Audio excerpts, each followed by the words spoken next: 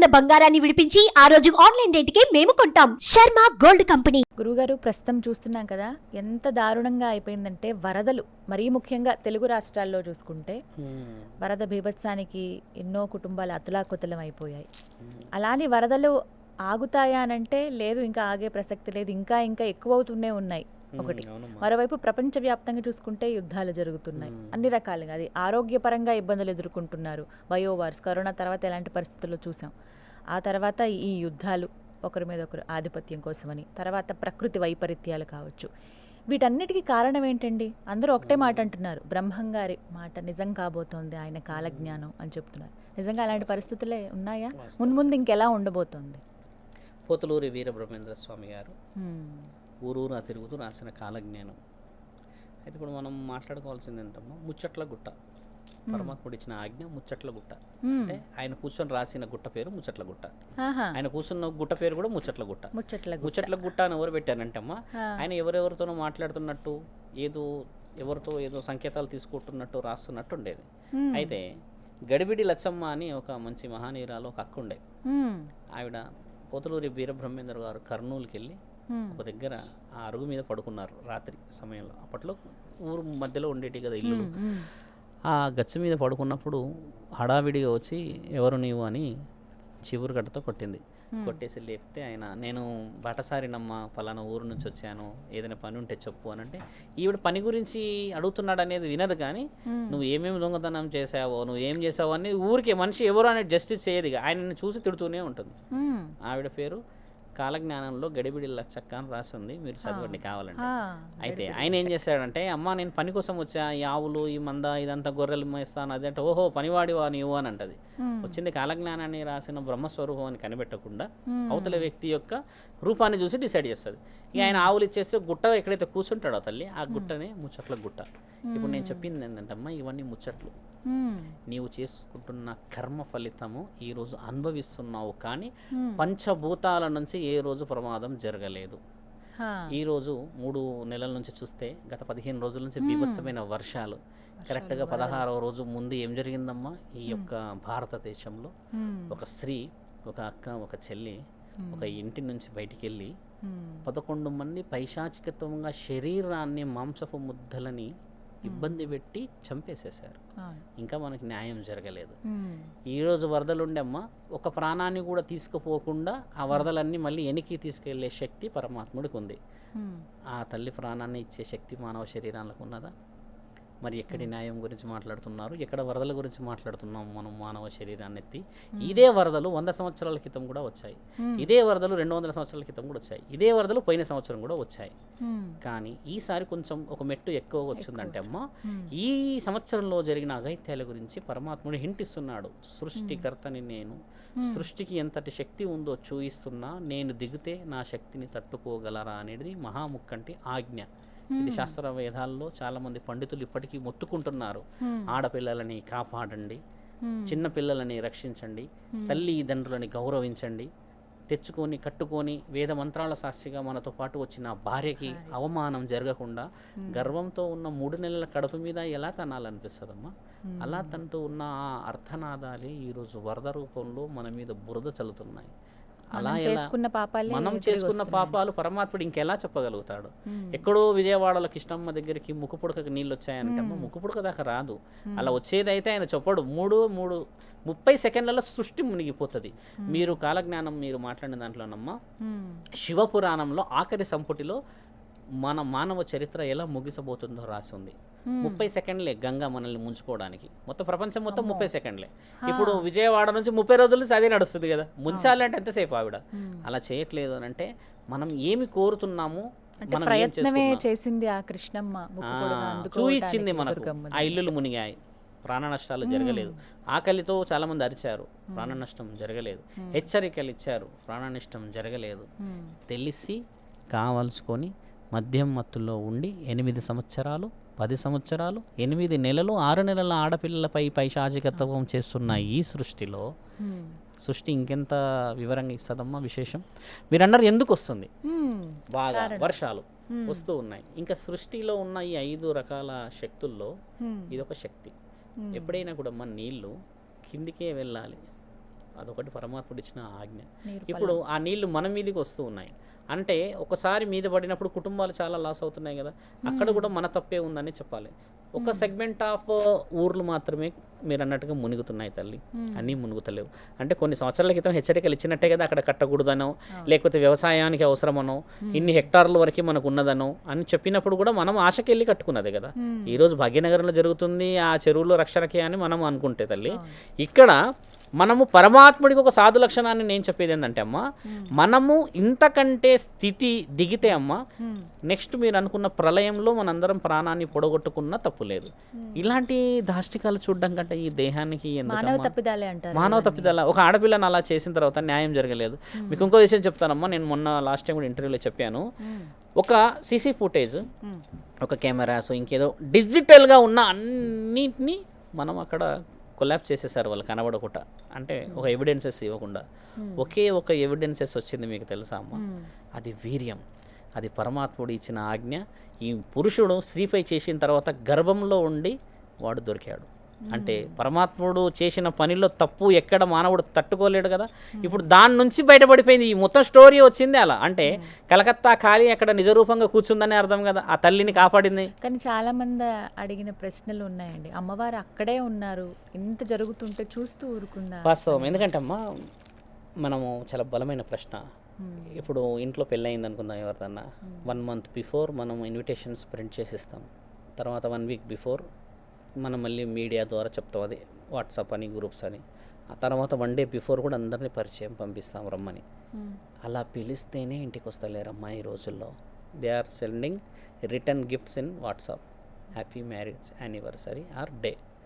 అలా పూజించింది నా తల్లి మహంకాళి ఎలా కదులుతుంది.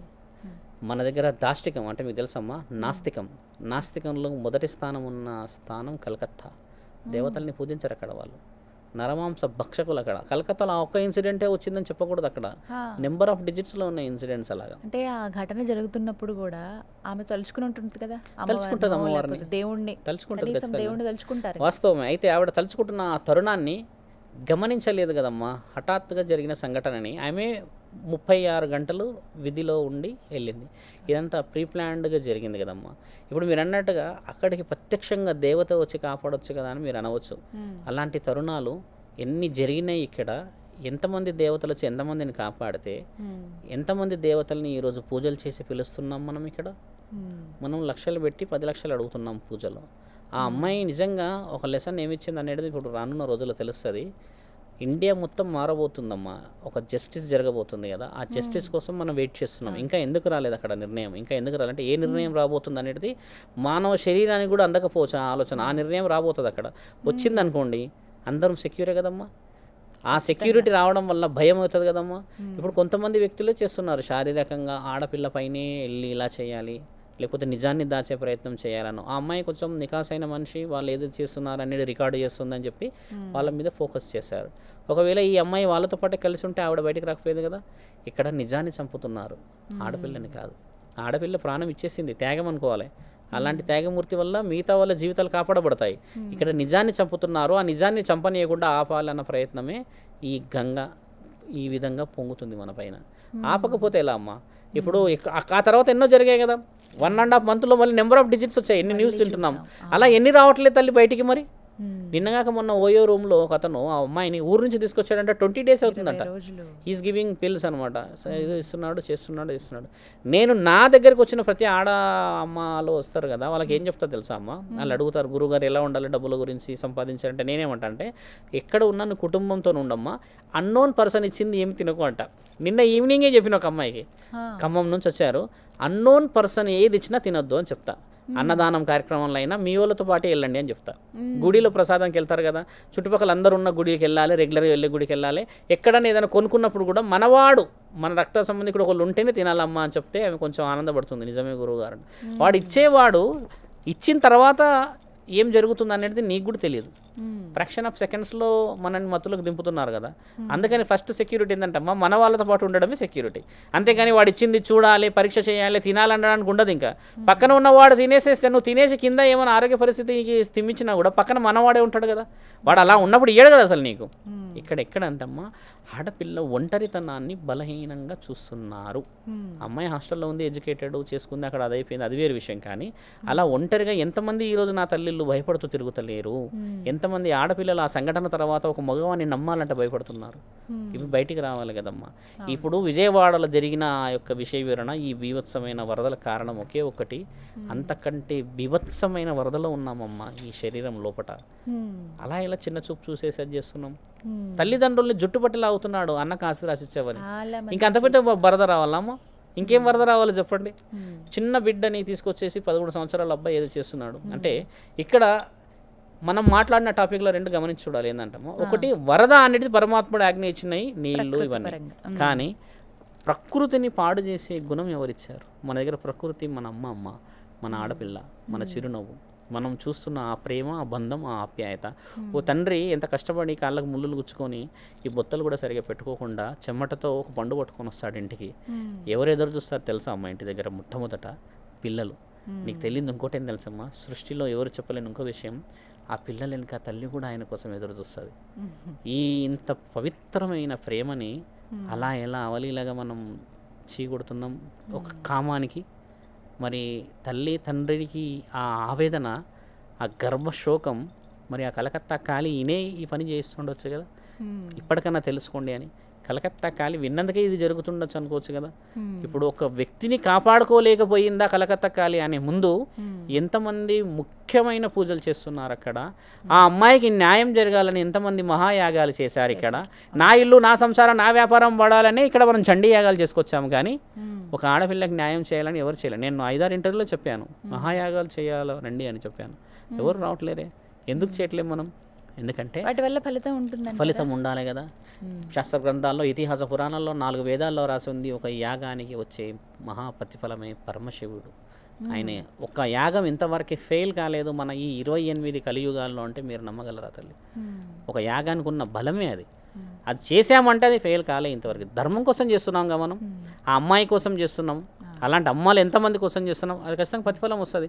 ఎందుకు మనం 140 crore పర్సన్స్ అంటే మనం వెళ్ళి అడగట్లేము జస్టిస్ కోసం? వై ఓన్లీ డాక్టర్స్ వచ్చి ఈరోజు క్యాంపెయిన్ చేస్తున్నారు మాకు జస్టిస్ కావాలి అని అంటే, రేపటి రోజు మన ఇంట్లో వాళ్ళకి అలా అయితే? అందుకని అమ్మా అందరం రియాక్ట్ కాకపోతే రిజల్ట్ రాదు కదా. ఈ వర్షానికి వచ్చింది కొంత మునిగింది నిజమే విజయవాడ, మళ్ళీ 3 నెలల్లో విజయవాడ బ్రహ్మాండంగా అవుతుంది. మళ్ళీ నా తల్లి రాగలుగుతుందా మళ్ళీ? ఆ మౌమిత వాళ్ళ అమ్మ నాన్న ప్రేమ నీవు ఇవ్వగలవా? మనం ఇవ్వగలమా?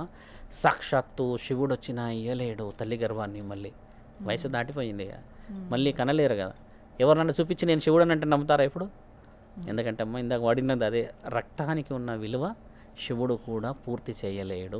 ఈ వరదల గురించి మనం చాలా తక్కువ మాట్లాడుకుంటున్నాం కదా, ప్రమాదాల గురించి ఎక్కువ మాట్లాడుకుంటే ఈ వరదలు ప్రశాంతంగా పంట పొలాలు మనకు పండించిస్తాయి. ముందు ఎలా ఉండబోతుంది? మంచిది. మనం న్యాయం ధర్మాన్ని కాపాడకపోతే ముందు ఇంతకంటే ప్రమాదం ఉండవచ్చు. ఇప్పుడు కేవలం హింట్ ఇచ్చింది, తర్వాత లేపకపోవచ్చు కదమ్మా. ఎంతోమంది చనిపోతున్నారు. కరోనాలో కనీ విని ఎరిగిన రీతిలో కోట్ల మంది చనిపోయారు కదమ్మా. ఇప్పుడు చైనాలో ఆ రోజు 350 కిలోమీటర్ల డిస్టెన్స్లో వచ్చిన ఆ హెవీ ఆ ఫాలింగ్ అమ్మా, ఎంతమందిని లేపకపోయింది చూసారమ్మా? అసలు ఆలోచించారా? అసలు మనిషికి అంత ఆ లెవెల్లో వచ్చి ప్రాణాలు తీస్తుంది అనుకున్నారా అమ్మ? ఇప్పుడు చైనా కోలుకోవడానికి 100 సంవత్సరాలు పడుతుంది అంటున్నారు. అంటే ఎంతటి స్థితిని అక్కడే చూయించాడంటే మనం ఏం నేర్చుకోవాలి ఇక్కడ? ఒకరిపై ఒకరు దండయాత్రలు జరుగుతున్నాయి కదమ్మా. ఇప్పుడు యుద్ధాలు బంగ్లాదేశ్ పైన జరిగిందనో, వేరే దేశాలు మన మీద జరుగుతుందమ్మా. మన రాజ్యంలో అంతర్యుద్ధం మొదలయ్యి ఇప్పటికి 100 సంవత్సరాలు అయ్యింది. కన్న తల్లి గర్భం మీద తన్ని నీవు ఇచ్చిన ఆ పాలనే లెక్క పెడుతున్న నీవు ఎవడొచ్చి ఇప్పుడు మన దగ్గర పుణ్యాన్ని తీసుకెళ్తాడు? పాపంలో ఉన్న శరీరాలమ్మ. భారతదేశమైనా ఏ దేశమైనా పాపాన్ని తీసుకెళ్తాడు వచ్చి. మన గుడులు తీసుకెళ్తాడా? మన గోపురాలు తీసుకెళ్తాడా? లేకపోతే ఇంకేమైనా నగలు నట్రాలు తీసుకెళ్తాడా? అంటే ఇక్కడ నుంచి తీసుకెళ్ళేది ఏం తెలుసా అమ్మ? ఈ 100 సంవత్సరాల్లో ప్రేమలు కోల్పోయాం కదా, ఈ 100 సంవత్సరాల బంధాలని రోడ్డు పైన దించాము కదా, అర్ధనగ్నంగా ఆడపిల్లలు బికినీని వేలం పాటలో కొంటున్నారు కదా, విలువలేని ఈ సిగ్గులేని జీవితాలని. వాడు వచ్చి అవే తీసుకెళ్తాడు. అంతకు మించి భారతదేశం మీద ఉన్న ఆస్తిని తీసుకెళ్ళడానికి ఏ నాస్తికుడు పుట్టడు, రాడు. పరమశివుడు ఉన్నంత వరకు కుదరదు. ఇక్కడ మనమే చంపుకుంటున్నప్పుడు వాడు పర్టికులర్గా ఒక బాంబు వేస్తున్నాడు అంతే. వాడు బాంబు వేయకుండా మనం మన తల్లిని చంపుతున్నాంగా విషం పెట్టి, ఆస్తి కోసం అన్నని చంపుతున్నాం కదా మాటేసి. ఎన్ని కోట్లలో కేసులు లేవు ఈరోజు భార్యాభర్తలు పిల్లల కోసం కాకుండా. ఈయన నన్ను అలా చూశాడు, నన్ను ఇలా చూశాడు అని అంటున్నాడు. 3 సంవత్సరాలు 4 సంవత్సరాలు ఉన్న ఆ పిల్లలు మా అమ్మ మా నాన్న ఎందుకు కొట్టుకుంటున్నారో తెలియక నాన్నేడి అని అమ్మేడి అంటే ఆ అర్థనాదాలు ఎవడేంటున్నాడమ్మా? ఎక్కడో పర్టికులర్గా వేరే దేశాలు వచ్చి మన మీద బాంబులు వేయాల్సిన అవసరం లేదు. ఇవన్నీ కారణాలమ్మా. చాలా డీపెస్ట్ డిస్కషన్ మీరు అన్నది, చిన్నది కాదు. దాన్ని ఏంటంటే చూసే వాళ్ళకి ఏమనిపిస్తుంది అంటే ఏదో మార్చడానికి వచ్చారు చేస్తున్నారు అంటున్నారు కదా. ఇవి జరగనిది ముందు ఇంతకంటే భయంకరంగా జరుగుతుంది. ఇది నిజంగా రాసి పెట్టుకోవాల్సిన సమయం తల్లి. ఇది ఎప్పుడో 15 రోజుల కోసం మనం మాట్లాడుతున్న తరుణం అమ్మ. ఎన్ని సంవత్సరాల క్రితం ఇది రాసి ఉండొచ్చు వాళ్ళు, ఎన్ని అనుభవం అయితే రాసి ఉండొచ్చు వాళ్ళు.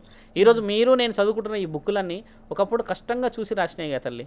బ్రహ్మం గారు రాసిన కాలజ్ఞానం నిజం కాబోతుంది అనడానికంటే ముందు ఆయన కాలంలో జ్ఞానాన్ని గమనించి రానున్న రోజుల్లో ఆయన అనుభవించి రాసింది ఇది.